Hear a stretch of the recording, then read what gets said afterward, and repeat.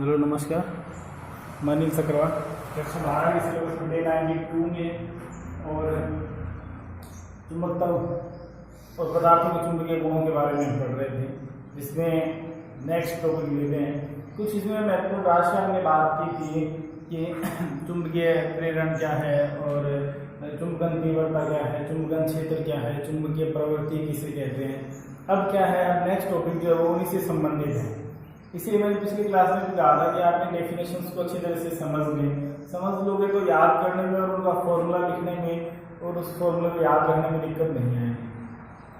अब हम उसमें रिलेशन निकालेंगे। नेक्स्ट हमारा जो टॉपिक है वो है विभिन्न चुंबकीय राशियों के संबंध, या इसको एग्जाम में ऐसे भी दे देते हैं काई एम और म्यू आर में संबंध, दोनों को हम डिफाइन कर चुके हैं।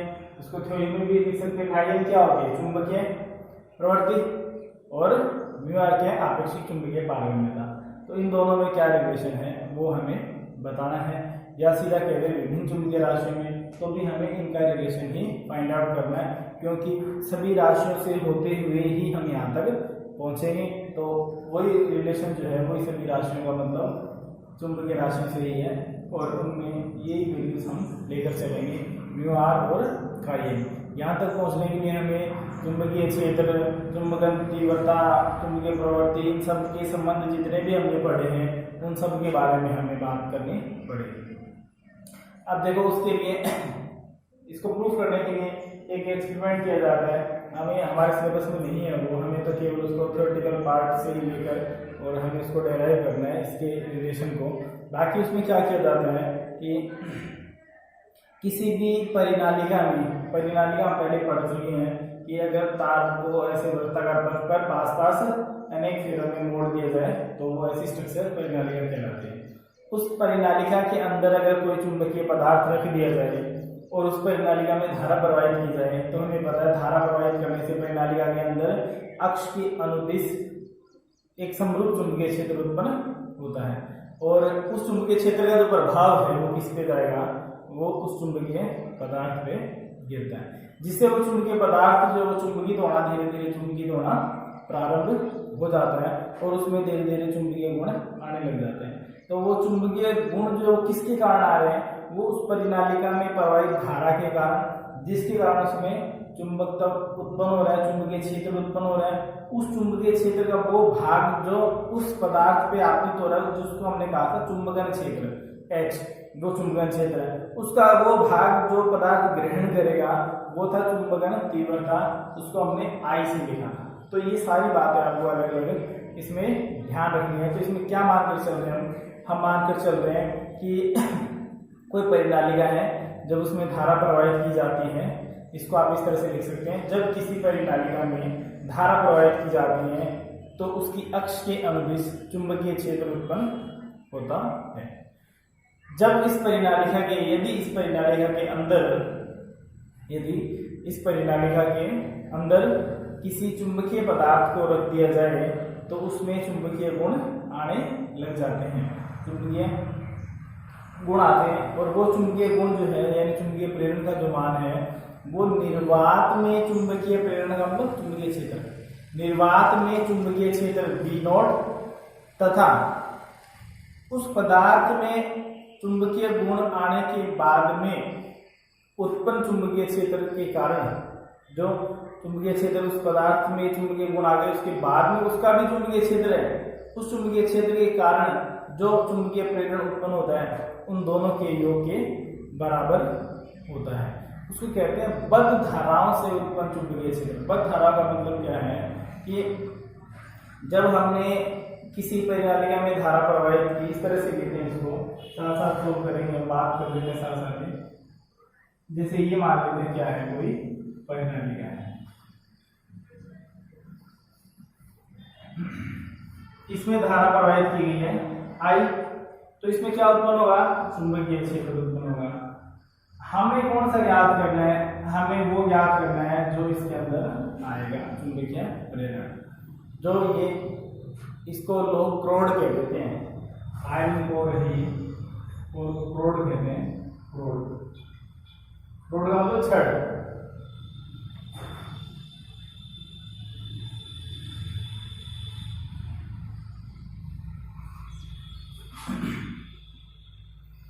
ये इसके अंदर रखी गई है, इसमें धारा प्रवाहित की गई है। धारा प्रवाहित की गई है तो हमें पता है कि क्या होगा, इसमें धारा इस तरह से जाएगी, इधर से जाएगी, फिर इधर से आएगी, फिर इधर से जाएगी। तो ये धारा की दिशा होगी, उंगलियों घुमाओ अंदर की तरफ कर रहे हैं। इधर ये धारा की दिशा होगी, उंगलियों घुमाओ अंदर की तरफ, ये धारा की दिशा उंगलियों घुमाओ अंदर की तरफ। तो सब जगह क्या हो रहा है, चुंबकीय क्षेत्र जो है वो अक्ष के अनुदिश से उत्पन्न हो रहा है। तो ये चुंबकीय क्षेत्र जो है वो क्या करेगा, वो इस जो क्रोड है इसको प्रभावित करेगा, इसमें चुंबकीय गुण उत्पन्न कर देगा और वो हमें मान ज्ञात करने हैं। उसको हम कह रहे हैं चुंबकीय प्रेरण बी, कैपिटल बी, जो किसके बराबर हो, उसको हमने दो भागों में बांट दिया, B naught plus B one. B naught क्या है, निर्वात में, यानी जब कोई माध्यम, ये मान लो माध्यम नहीं है ये यहाँ, तो भी इसके अंदर चुंबकीय क्षेत्र उत्पन्न हो रहा है, वो किसके बराबर होगा, वो हम बात कर चुके हैं पहले। देखो दो चार बातें हमने पढ़ ली थी कि B naught is equal to, मैं बात की थी mu naught into H, B is equal to बात की थी म्यू इंटू एच। और अगर कोई पदार्थ जो चुंबकन तीव्रता को ग्रहण करता है, तो चुंबकन तीव्रता, तो चुंबकन क्षेत्र का वो भाग जो वो ग्रहण करता है, ठीक है, उस समय तो वो किसके बराबर होगा, B1 के बराबर होगा, जो किसके बराबर होगा, म्यू नॉट इंटू, ये तो किसके लिए हो गया, माध्यम के लिए, ये किसके लिए हो गया, निर्वात के लिए, और ये किसके लिए हो गया, जो चुंबकन तीव्रता जितना भाग उसने ग्रहण किया है वो भाग उसको हमने मान लिया B1 मान लिया। तो ये बातें आप पहले पढ़ चुके हैं, ये बातें आपको ध्यान रखनी है। उसके अलावा एक दो बातें और यूज करेंगे, म्यू नोट और म्यू आर में रिलेशन भी हमने लिया था, mu upon mu naught is equal to mu R होता है, mu R is equal to mu upon mu naught. तो आपको सबसे पहले तो ये सारे फॉर्मूलेस पता होना चाहिए, तभी हम, क्योंकि अपना टॉपिक ही क्या है, विभिन्न चुंबकीय राशियों के संबंध ज्ञात करना, relation between all magnetic quantities. तो जितनी मैग्नेटिक क्वांटिटीज अपन पढ़ी, अपन ने डेफिनेशन ली, उनके बीच में रिलेशन निकालना है। तो पहले हमें रिलेशन का मतलब क्या है कि हमें सबके अलग अलग वैल्यूज को पता होना चाहिए, फिर हम उनको कोरिलेट करते हैं, वही क्या है, वही रिलेशन, एक दूसरे से संबंध स्थापित करते हैं उनके अंदर। उसके लिए सारी बातें अपने को फॉर्मूला जो है कंप्लीट पता होना चाहिए।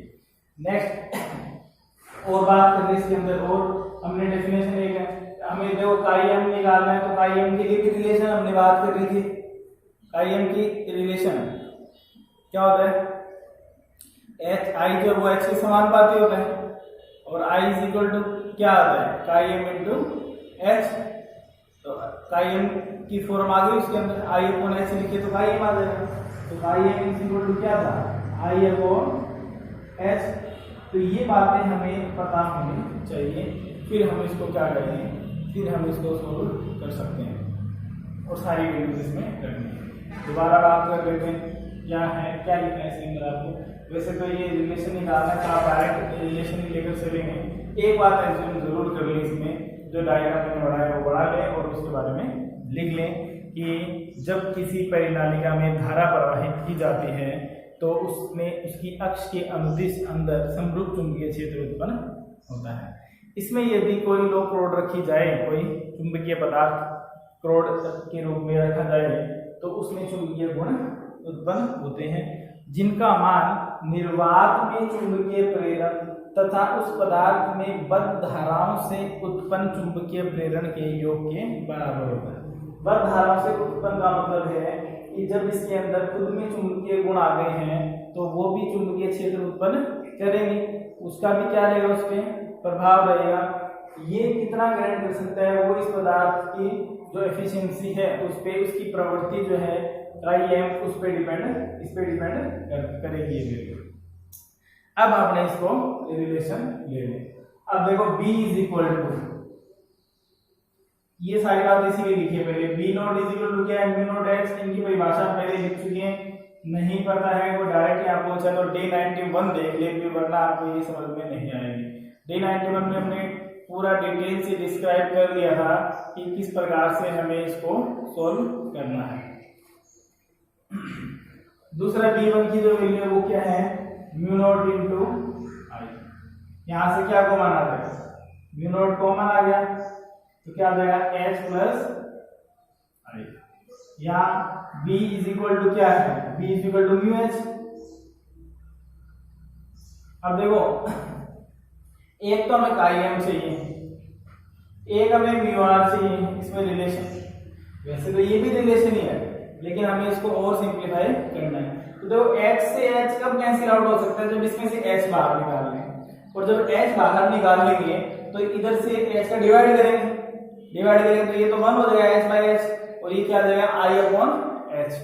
I अपॉन H क्या आ जाएगा काई M, तो इसीलिए काई M भी आ जाएगा, यहाँ से H क्लोज भी हो जाएगा और म्यू नॉट भी बच जाएगा, तो म्यू नॉट इधर डिवाइड हो जाएगा। तो सिंपल सा डेरिवेशन है, यहाँ से mu H is equal to mu naught into H क्या आ जाएगा 1 प्लस I अपॉन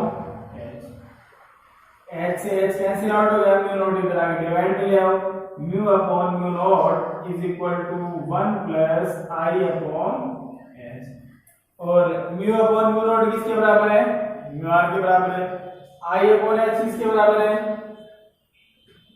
काई M के बराबर है, तो इसकी जगह तो लिख देंगे mu R is equal to 1 plus chi M। ये रिलेशन इंपॉर्टेंट है, डायरेक्ट एक नंबर में भी पूछा जा सकता है कि चुंबकीय राशियों में संबंध स्थापित करने का सूत्र लिखिए, तो यही है चुंबकीय राशियों में जो संबंध स्थापित करता है, क्योंकि इसके अंदर हमने सारी चुंबकीय राशियां देखो, चुंबकीय क्षेत्र H आ गया, चुंबकीय तीव्रता आ गई, निर्वात में आ गया, माध्यम के लिए आ गया, चुंबकीय प्रेरण आ गया, आपेक्षिक चुंबकीय प्राथमिकता आ गई, चुंबकीय प्रवृत्ति आ गई, सब आ गया, सारी चुंबकीय राशियां इसमें आ गई। दूसरा थोड़ा क्लियरली लिखा जाए तो ये लिखा जा सकता है चुंबकीय प्रवृत्ति और आपेक्षिक चुंबकीय पारगम्यता के मध्य क्या संबंध होता है। न्यूमेरिकल बाय चांस पूछ ले तो आप ध्यान रखिए इस फॉर्मूले का। दूसरा न्यूमेरिकल पूछा जाए तो आपको हो सकता है इस वे में वैल्यू दी जाए, तो न्यूमेरिकल के लिए आपको ये फॉर्मूला भी आपको ध्यान रखना है कि अगर हो सकता है आपको I और H की फॉर्म में वैल्यू दे रखी है तो आपको I और H वैल्यू याद रखनी है, ठीक है। म्यू की वैल्यू पूछ ले तो म्यू नॉट इधर आगे क्या हो जाएगा, यहाँ से जैसा भी आपसे पूछा जाए उसी फॉर्म में आप फॉर्मूले को कन्वर्ट कर सकते हैं और सोल्व कर सकते हैं। तो जैसे यहाँ से आपको मान लो उस माध्यम के लिए पारगम्यता पूछी जाए तो निर्वात की तो कांस्टेंट हमें पता है और I और H का मान देते हैं, तो क्या करेंगे mu is equal to mu naught into 1 plus I upon H। इस फॉर्म में भी इसको लिखा जा सकता है, जो ऊपर देखो ये form mu is equal to H से H कैंसिल आउट हो गया, mu is equal to mu naught 1 plus I upon H। तो ये इसमें रिलेशन है। ये जो इक्वेशन फर्स्ट है वो चुंबकीय राशियों में संबंध को व्यक्त करती है। ये आप देख लें इसे अच्छी तरह से।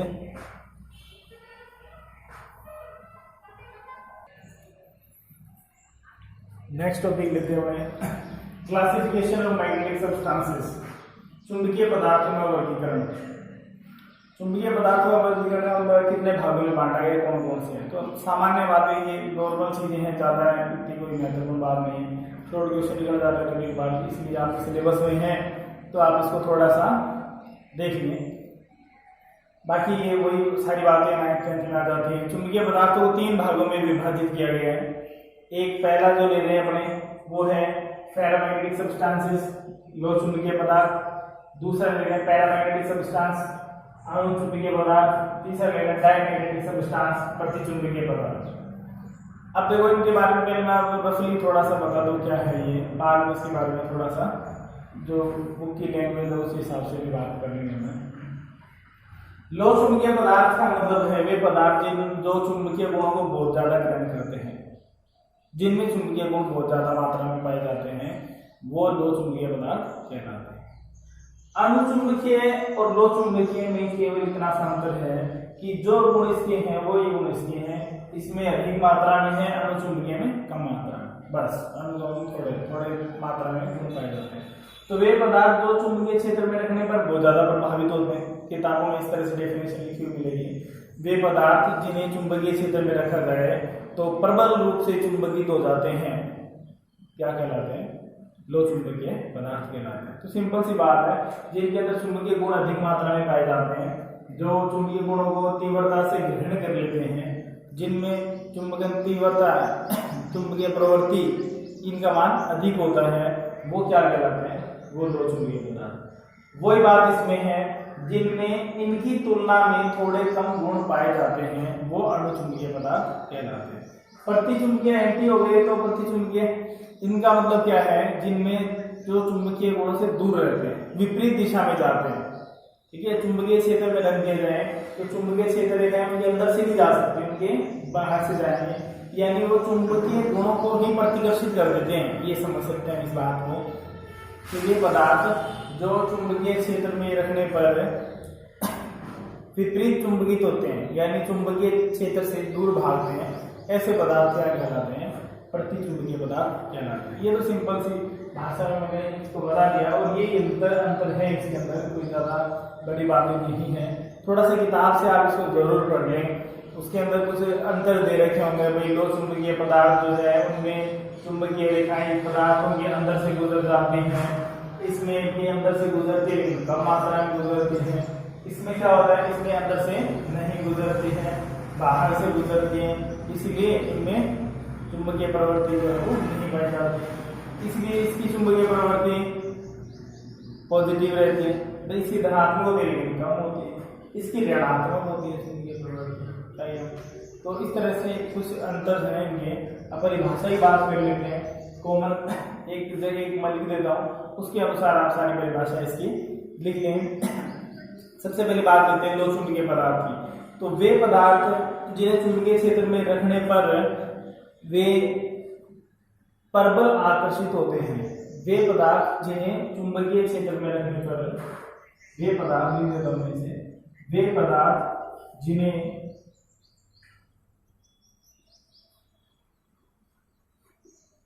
चुंबकीय क्षेत्र में रखने पर परबल आकर्षित होते हैं।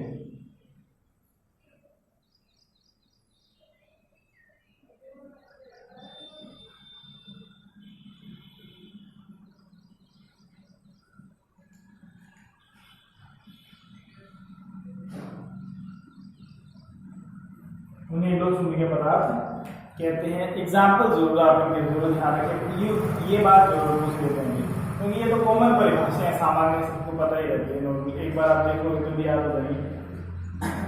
लेकिन इनके जो एग्जाम्पल्स है वो जरूर आप इनके ध्यान रखें। जैसे इसके लिए फेरिक, निकिल, कोबाल्ट, ये इसके लिए अच्छे एग्जाम्पल हैं। Fe, निकिल, कोबाल्ट, Fe3O4, ये सारे जो है वो इसके एग्जाम्पल हैं लो चुंबकीय। अब देखो अणु चुंबकीय और प्रतिचुंबकीय की परिभाषा आपको देखेंगे। क्या एक वर्ड यूज किया हमने, क्या होते हैं? परबल आकर्षित होते हैं। इसकी परिभाषा डिटो लिखते हैं, केवल परबल वर्ड का यूज नहीं करेंगे जब डिफाइन करना हो। तो जब वे पदार्थ जिन्हें चुंबकीय क्षेत्र में रखा जाता है तो उसके बाद वो अल्प आकर्षित होते हैं, अल्प चुंबकित होते हैं, कम चुंबकित होते हैं। तो ऐसे पदार्थ क्या कहलाते हैं? अणु चुंबकीय पदार्थ कहलाते हैं। इसके लिए सोडियम, कैल्शियम, एल्यूमिनियम एग्जाम्पल जरूर आप लिख लें। सोडियम, कैल्शियम, एल्यूमिनियम, और बुक में आप देख लेना दिए CuCl2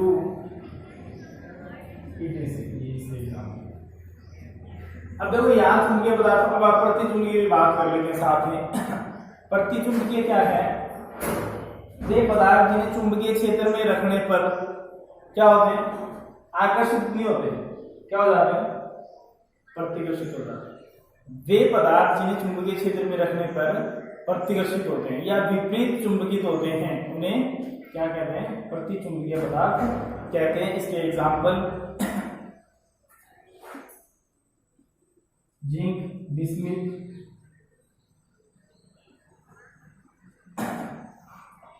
और भी 2-3 एग्जाम्पल है, मैं बता दे रहा हूँ। FgN2, HgN2, बाकी बुक में देख लेना, मैं भी बुक से देख के बता रहा हूँ, मुझे भी याद नहीं है। तो आप ये देख देखिए, दो एग्जाम्पल जरूर आप लोग ध्यान रखना, क्योंकि ये ऐसी चीजें तो याद थोड़ी सी रहती नहीं है या मिक्सर हो जाते हैं। आगे डेफिनेशन का कोई कहना ज़्यादा थोड़ा सा कर दिया कि जो प्रबल आकर्षित होते हैं वो चुंबकीय, लो चुंबकीय, जो अल्प आकर्षित होते हैं, कम आकर्षित होते हैं अणु चुंबकीय, जो प्रतिकर्षित होते हैं वो प्रतिचुंबकीय। ये हो गई इसकी बात।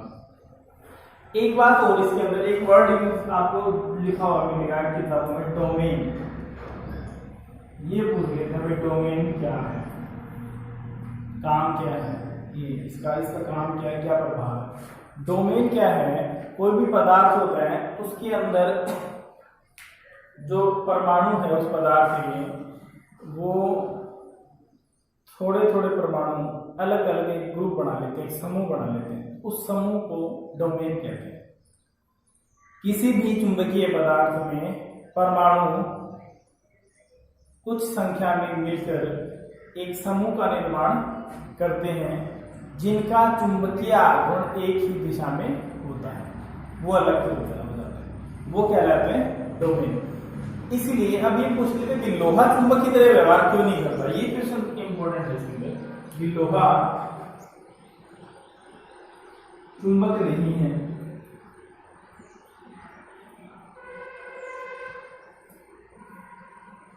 लेकिन लोहे से चुंबक बनाया भी जा सकता है। तो प्रत्येक लोहा तो चुंबक नहीं है। लोहे की कोई छड़ है, उसको अगर इस करोड़ में रखें, जो भी हमने बात की थी, तो उसमें चुंबकीय गुण आ जाते हैं। लेकिन दूसरा लोहा वो चुंबक क्यों नहीं है? क्यों नहीं है? क्योंकि उसमें जो डोमेन है वो इस तरह से रहते हैं। जैसे एग्जाम्पल के तौर पर ऐसे लेते हैं कि ये कुछ पार्टिकल ये हैं, कुछ परमाणु ये हैं किसी पदार्थ में, जो इस तरह से व्यवस्थित, जिनका चुंबकीय द्विध्रुव आघूर्ण इस तरह से है। दूसरे ये हैं, इनका ग्रुप ऐसे बन गया। तीसरे ये हैं, इनका ग्रुप इस तरह से बन गया। चौथे ये हैं, इनका ग्रुप इस तरह से बन गया। अब इसका परिणामी चुंबकीय आघूर्ण क्या होगा? पूरे डोमेन का अगर देखें तो परिणामी चुंबकीय आघूर्ण क्या है? 0 है। सभी को दिखाई दे रहा होगा। चुंबकीय आघूर्ण क्या है? 0 है, क्योंकि ये दिशा, ये सदिश राशि है, तो इसकी दिशा नीचे की तरफ, इसकी दिशा ऊपर की तरफ, दोनों क्या करेंगे? एक दूसरे को संतुलित कर देंगे, ये एक दूसरे को संतुलित कर देंगे। तो डोमेन जो है वो ऐसे समूह का निर्माण कर लेते हैं कि परिणामी चुंबकीय आघूर्ण का मान क्या होता है? 0 होता है। इसलिए वहां जो चुंबकीय गुण है वो उसके अंदर उस पदार्थ में नहीं आते। लेकिन जब उसी पदार्थ को चुंबकीय क्षेत्र में रखा जाता है, जब दो बातें अलग लगेंगी, एग्री करने में लोहा चुंबक नहीं है, तो ये बात है। लोहे में उपस्थित कण जो है, परमाणु जो है, वो डोमेन की स्थिति में रहते हैं। डोमेन क्या है? परमाणु का समूह है जो एक व्यवस्थित क्रम में उपस्थित होते हैं। सिंपल लैंग्वेज में ये कह सकते हैं। और लोहा चुंबक नहीं है तो उस स्थिति में क्या लिखोगे? उस स्थिति में ये लिखेंगे कि जो लोहे में परमाणु उपस्थित है डोमेन के रूप में, वो एक इस प्रकार की संरचना का निर्माण करते हैं कि बंद भाग का निर्माण करते हैं, जिसका परिणामी चुंबकीय आघूर्ण क्या होता है? 0 होता है। इसीलिए उसमें चुंबकीय गुण नहीं होते। अगर इसे बात करें, अगर इसे चुंबकीय क्षेत्र में रखा जाए तो क्या हो? अगर इसे चुंबकीय क्षेत्र अप्लाई करते हैं कि इस तरह से चुंबकीय क्षेत्र है, उत्तर से दक्षिण ध्रुव की तरफ है, और उस भाग के अंदर इसे रख दिया जाए, तो ये क्या होगा? इसमें इस तरह की स्थितियां बन जाएगी कि जिस दिशा में चुंबकीय क्षेत्र है उसी दिशा में इन पे क्या लगेगा? बल आरोपित होगा, जिससे ये क्या होंगे? चुंबकीय क्षेत्र की दिशा में संरेखित हो जाएंगे। सारे क्या हो जाएंगे? सारे एक ही दिशा में। ये भी ऐसे था, ये भी ऐसे हो गया, ये भी ऐसे हो गया, और ये भी ऐसे हो गया। अब सारे एक ही दिशा में हो गए, इसलिए परिणामी चुंबकीय आघूर्ण उत्पन्न हो जाएगा जो 0 नहीं होगा। और परिणामी चुंबकीय आघूर्ण का मतलब क्या? उसमें चुंबकीय गुण उत्पन्न हो चुके हैं। ये बात जरूर आप ध्यान रखना डोमेन के बारे में। तो ज्यादा बेवजह कोई 2-4 पेज, 1 पेज, 3 पेज भरने की जरूरत नहीं है। डोमेन के बारे में आप फिर एक बार बात कर लेते हैं। नई बात है तो अगर आइए पूछे डोमेन, सबसे पहले आप लिख लेना कि डोमेन क्या है। डोमेन क्या है? किसी पदार्थ में परमाणुओं के, अनेक परमाणुओं का एक समूह, जिसमें वे सारे उन सभी के चुंबकीय आघूर्ण एक ही दिशा में होते हैं, उन्हें डोमेन कहते हैं। छोटे छोटे परमाणु किसी पदार्थ के अंदर छोटे छोटे कई डोमेन बने रहते हैं। अब बात आती है कि लो चुंबकीय पदार्थों में डोमेन की क्या स्थिति होती है, तो ये स्थिति होती है।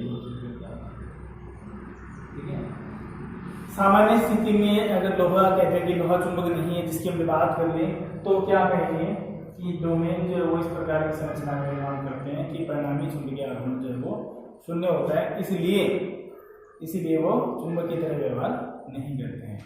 ये हो गई इसकी सामान्य बातें। अब इसमें कुछ अंतर भी है जो आप बुक में दे रखे होंगे, उनको थोड़ा सा रिवाइज कर लेना भी आप। उनमें बाकी तो जैसे अगर आपको डिफरेंस पूछ रहे हैं, पूछ लेते हैं भी दो अंतर लिखो, लो चुंबकीय प्रति चुंबकीय में या लो चुंबकीय अणुचुंबकीय में दो अंतर लिखो।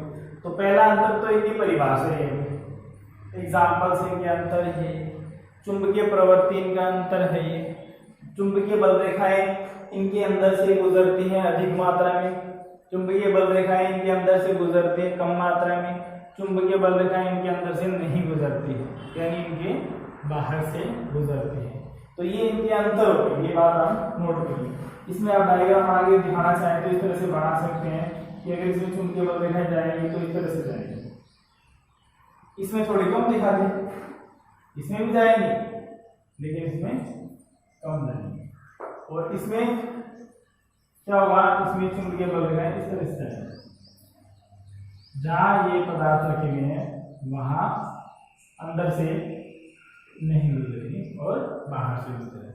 फिर चुंबकीय प्रवृत्ति इनका उदाहरण है।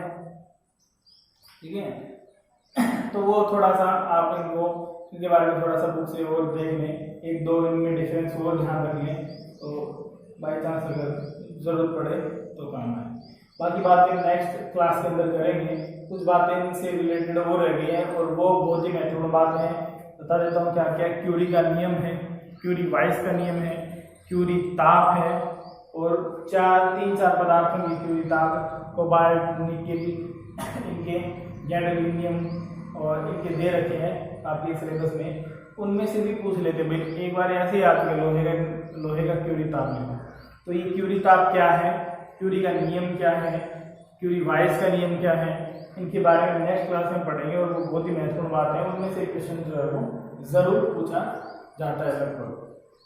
अब चैप्टर के बिल्कुल लास्ट में आ गए हम, शायद कोशिश करें कल ये वरना परसों ये चैप्टर जो है वो एक दो क्लासेस बची है इसमें कंप्लीट हो जाएगा। उसके बाद फिर हम एक इसकी न्यूमेरिकल क्लास लेंगे। इसके अंदर कोई छोटे मोटे वैसे तो हमने कर लिए, इसके अंदर न्यूमेरिकल मैं आपको नहीं बता देता हूँ, लास्ट क्लास में एक बार फिर जिक्र कर लेंगे हम इस बात का कि जहाँ हमने पढ़ा था पृथ्वी भूचुंबकत्व, पृथ्वी का चुंबकत्व, उसमें हमने बात करी थी कि नति कोण, नमन कोण, क्षैतिज ऊर्ध्वाधर घटक, वहां हमने कुछ न्यूमेरिकल्स करे थे दो चार, वो बहुत महत्वपूर्ण न्यूमेरिकल। सबसे इम्पोर्टेंट पार्ट न्यूमेरिकल के लिए वही है इस चैप्टर का, सबसे इम्पोर्टेंट पार्ट बोर्ड एग्जाम के लिए क्वेश्चन आएगा। तो जितनी भी बार आए हैं क्वेश्चन आज तक वो सारे वहीं से ही आए हैं, इसलिए आप उनको थोड़ा देख लें। बाकी कुछ और देखेंगे, कुछ दो चार न्यूमेरिकल कुछ और देख लेंगे जो लगेगा अगर इम्पोर्टेंट है तो वो भी करवा देंगे। बाकी बातें नेक्स्ट क्लास में करेंगे, तब तक आप इसको रिवाइज कर लो, थोड़ा थ्योरेटिकल मैटर में पढ़ लें, इसे लिख के देख लें।